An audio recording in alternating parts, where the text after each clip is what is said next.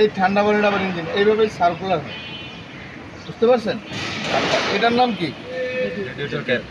এখানে লেখা আছে, দেখেন কি আছে, রেডিয়েটর লেখা আছে না? আচ্ছা, এই রেডিয়েটর ক্যাপের কারণে কিন্তু ইঞ্জিন হিট হয়ে যায়।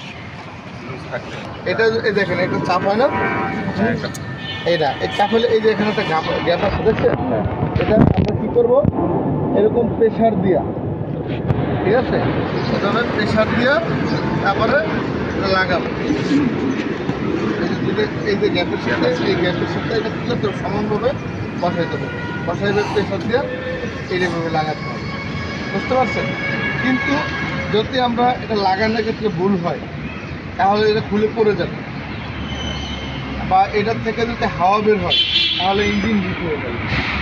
এটা যদি 1 নম্বর ইঞ্জিন হিট হওয়ার একটা কারণ।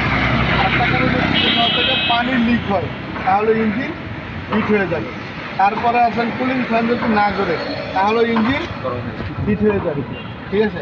কোনো কারণেই কোনো ইঞ্জিন হিট করা যাবে না, বুঝতে পারছি? কোনো কারণে ইঞ্জিন হিট করা যাবে না। এই জন্য গাড়ি চালানোর সময় অবশ্যই আমাদের লক্ষ্য রাখতে হবে রেডিয়েটরে পানি আছে কিনা এবং কুলিং ফ্যান সঠিক মতো চলতেছে কিনা। এই জিনিসটা আমাদের সবসময় কী করতে হবে, লক্ষ্য রাখতে হবে। তাহলে আমাদের গাড়ি আমরা চালালে কখনো ইঞ্জিন গরম হবে না। আমরা অনেক সময় দেখবেন আমাদের আমরা যখন চলাফেরা করি আমরা পানির পিপাসা লাগে বা শরীরে ওভার হিট হয়ে গেলে নিজেদের শরীরে কিন্তু কী হয়, সমস্যা দেখা যায় না?